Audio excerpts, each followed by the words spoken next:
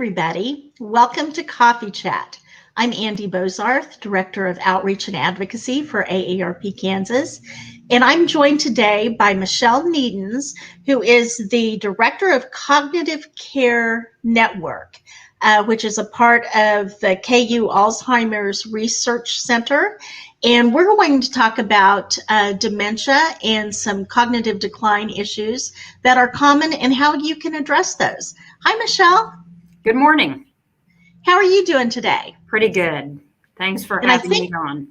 Oh, I'm so excited you could join us. I know you're very busy and really appreciate you taking time to come out and answer questions and just have a chat with us today. So, and I think, did I get your information correct as far as your title and your organization? Yes. Oh, good. I practiced. So you've got a long title. I don't know how you get that all on a business card. That's right. And I think that long title helps you get the information out because you have a big job. So I think that's a reflection of that big job that you are doing. And as I said, go ahead. Oh, I was just going to jump in and say, the term cognitive care, I think, is important because what we have come to understand over the course of time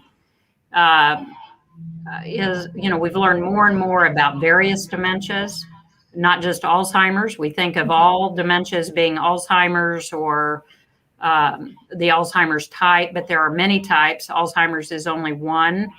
And we have also learned about what does it take to have brain health and what can we do to influence brain health. So, terminology is important in how we think through these things.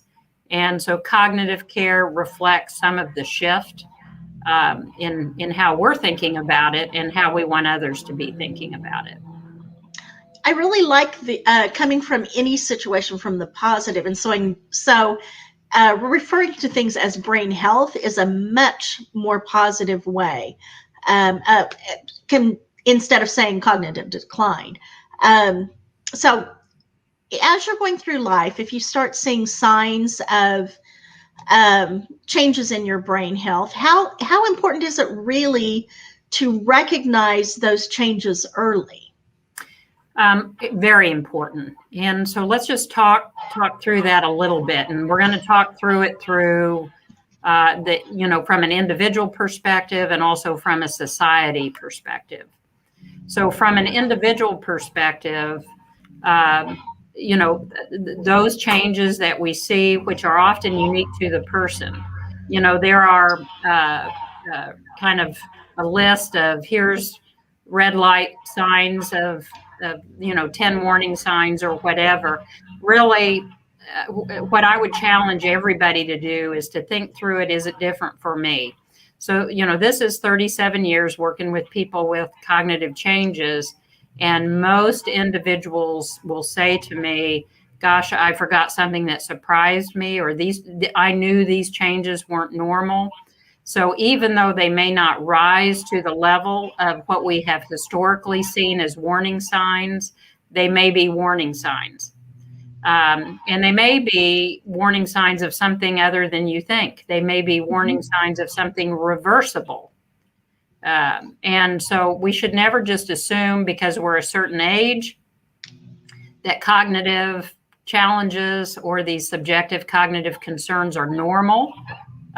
They may be normal, they may not be normal. And for all of you, and I would guess people that are involved in AARP are proactive individuals. Yes. And if you want to be proactive, you better know what's going on. And, some of the reasons that it's important is because as we learn more about these different types of dementias, about mild cognitive impairment, they have different courses, they have different etiologies. And so we can better address the living. To know about a disease is not to anticipate and be lost in decline. It is to fight the battle. It is to decide how do we compensate. If you have a leg issue and you can't walk as far as you used to, you plan so that you don't set it home, that you manage that mobility issue. And that's how I see cognitive issues. Let's plan. Let's figure out how we stay in life. I agree. I think that's a really good perspective to have, is that you treat it as a disease because it is a disease, and it's a disease that you can manage. Can you give me some examples of signs that you were talking about, things that are different for some people? Well, for example, so that it may be something as subtle as forgetting birthdays, or forgetting where you parked your car, or having some word finding problems. See, these are all normal, and people on the line are going to say, "Oh my gosh." Well, I don't want you to do that. I want you to think about, is it different for you? Years ago, the old saying was, if you forget your keys, that's normal. If you forget what they're for, there's a problem. That's not right. You can forget your keys and have a problem, or you can forget your keys and be completely normal. But if there's a trend, if you have a sense of this is surprising or different for you, it's worthy of a conversation. Okay. It doesn't mean it's a irreversible dementia, but even if it does, as we address and diagnose earlier and earlier, it positions you as new science comes down the pike. All the energy in research right now is going to early stage. So if you address early, get diagnosed early, and start the battle, start wellness practices, start medication, you position yourself for those things that are coming down the pike that will be more disease modifying. And as we look at early detection, what are some of the biggest challenges around early detection? I think one, we all have a stereotype in our heads about what dementia is. Alzheimer's is the most common form of dementia. About 70% of all dementias are Alzheimer's, but we have these images in our head, and they tend to reflect middle stage. So most of us dismiss. And then we're in these settings, and I'm of a certain age myself, and you visit with friends and they say, "Oh, we all forget. We're all doing the same thing." And this is a problem because we're not all the same people. Mm-hmm. So that comparison isn't always useful, and sometimes translates to you not getting a diagnosis or getting treated for something that could be treatable. And then I also think we are behind the curve with physicians and providers being up to date on early detection. Medicare requires, as you well know, a cognitive screen in your Medicare wellness checks. The majority of those screens end up being what's called the mini mental status exam. Spell world backwards, serial sevens, what day is it? You can score perfectly on the MMSE and still have Alzheimer's disease. Oh, wow. It does not have an early stage sensitive component. And so we advocate in the Cognitive Care Network, we partner with primary care providers and train them on early stage sensitive screening tools. We want those providers to take it seriously, not just ask you, are you having memory problems? Because in the early stage, the MCI, which is, for years and years, you may not be having problems per se, that it's not going to functionally impact to the degree you would consider it a problem. So part of the challenge is, how we approach it at the provider level. And we've got more and more providers that are joining the Cognitive Care Network or adapting themselves to early stage sensitive screening tools. And then the other challenge is on the back end. If you're diagnosed early, it's not about here's your diagnosis and, come back next year or come back in 6 months. We think you need education. and to really understand and to process that emotional reaction and to learn more about these compensatory wellness skills.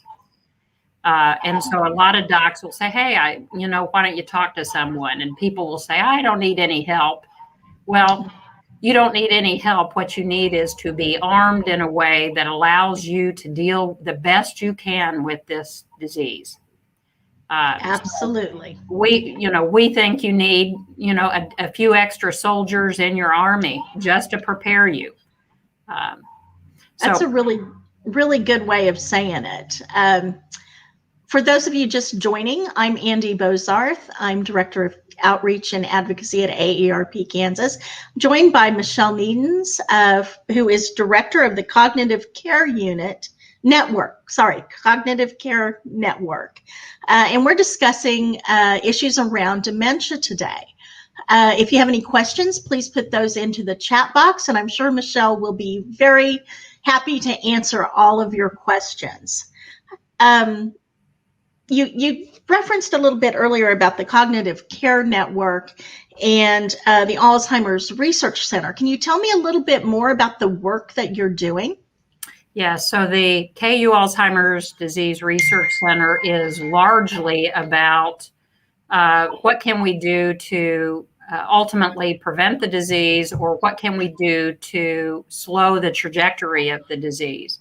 What can we do to delay onset of the disease? So there we have a research components in lifestyle, looking at the role of exercise and diet, etc.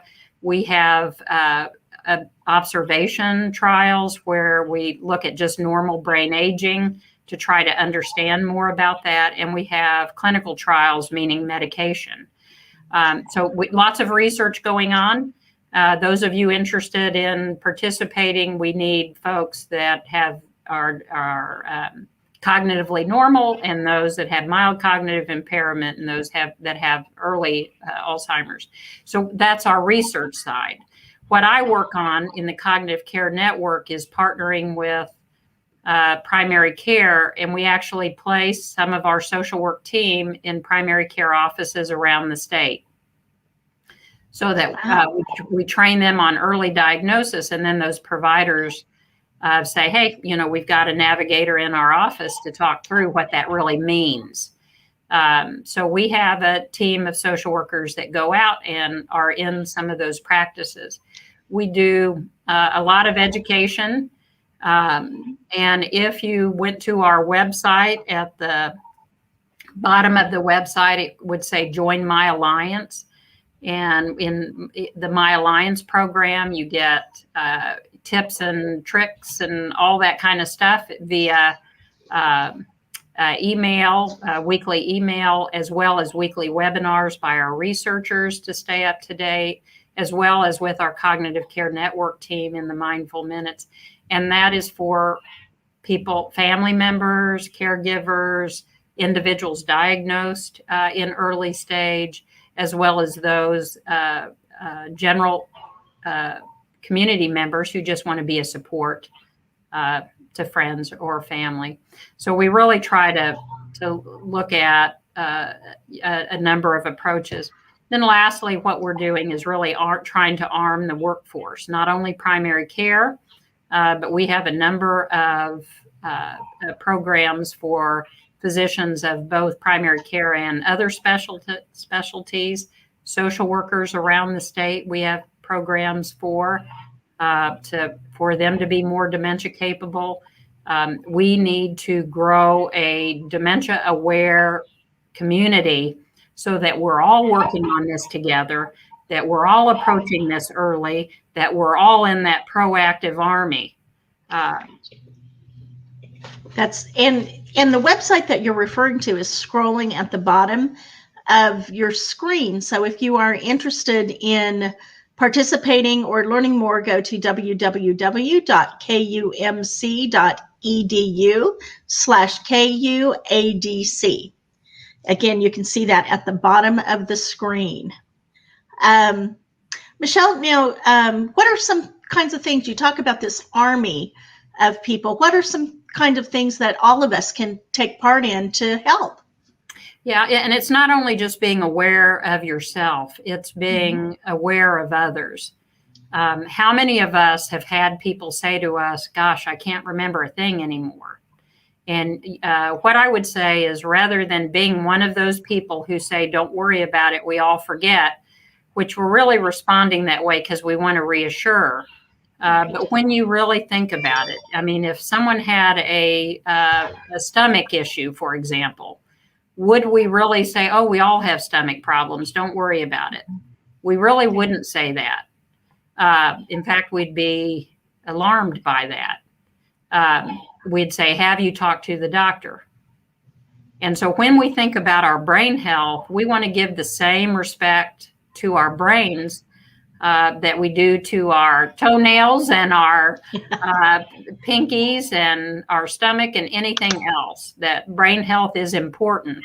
And so when people say to me, gosh, I'm not remembering like I used to, my answer always is, are you really worried about it? Now they can shut me down. They can say, no, I'm not worried about it, and not want to talk to me. And that is okay. That is their right. But you know what? We have an obligation to one another. And so I feel obliged to at least open the door, because it might be something resolvable, and it might, having those kind of conversations might point them in a direction that is meaningful. So I say, one, let's be part of recognizing in each other. And then I also think for those that have neighbors that the person's diagnosed, perhaps they're progressed in the disease, check on those caregivers. If you're out walking your dog, maybe you say, hey, I'll walk with Bill, and, give that caregiver a respite for half an hour while Bill's walking with you and the dog. Or maybe you say, I'm running to the store. Can I get anything for you? Or maybe you visit with the person in the yard, even if, they're at a point in the disease. They may or may not say everything just exactly right. But, we want to stay in life, and we have an obligation to others to keep them part of life. We are a community. Definitely. And we don't want to be blind to people. Know the support groups in your area. Reach out if you're a care partner. That's important too. Ask the right questions. If you're an advocate, if you happen to be an advocate, pay attention to the Alzheimer's State Plan and hold people accountable for moving that plan forward. Kansas has an Alzheimer's State Plan developed in 2020. We've had former ones, but let's hope the one created in 2020 actually moves forward in some way, and we can all have conversations about what's happening in the Alzheimer's State Plan at the state level. Can you tell me a little bit more about the Alzheimer's State Plan? So the Alzheimer's State Plan really was created by a task force that the governor appointed, and looks at how can we make significant strides in our state in this battle to be proactive with Alzheimer's disease. It talks about how do we advance research. It talks about how do we advance care. How do we look at state funding models that might support in-home care? How do we look at workforce expansion? All of those things. Many of you may have ideas. Gosh, if we would only do this, it would help. That might be in the state plan. And it's good to know. If you Google the Kansas Alzheimer's State Plan, you would find it on the KDAD's website, the Kansas Department of Aging and Disability Services. You would find the Alzheimer's State Plan, and it might be good to review it. It sounds like it's fairly comprehensive, so I think that's really good. Again, you can Google the Kansas Alzheimer's State Plan and look and see how you can contribute to that. So we seem to have come to an end today. So do you have any final, I guess it wouldn't be final words of wisdom, but do you have any words of wisdom that you'd like to share before we sign off today? No, other than if we want significant strides in Alzheimer's disease and other dementias, we all have to be part of it. So, I encourage you to, look at my alliance and consider joining. I encourage you to think about participation in research. I encourage you to reach out and be an active part of education in your community. So anything we can do to help, and I know others feel the same way, that we can make a difference. This isn't about hopelessness. This is about being a warrior. I love it. So we are all warriors to help with brain health. Again, I'm Andy Bozarth, Community Outreach and Advocacy Director for AARP Kansas. Thank you for joining me today. And Michelle, thank you so much for taking time out of your busy day. We'll see you again next Wednesday at 10 a.m. Thank you. Thank you.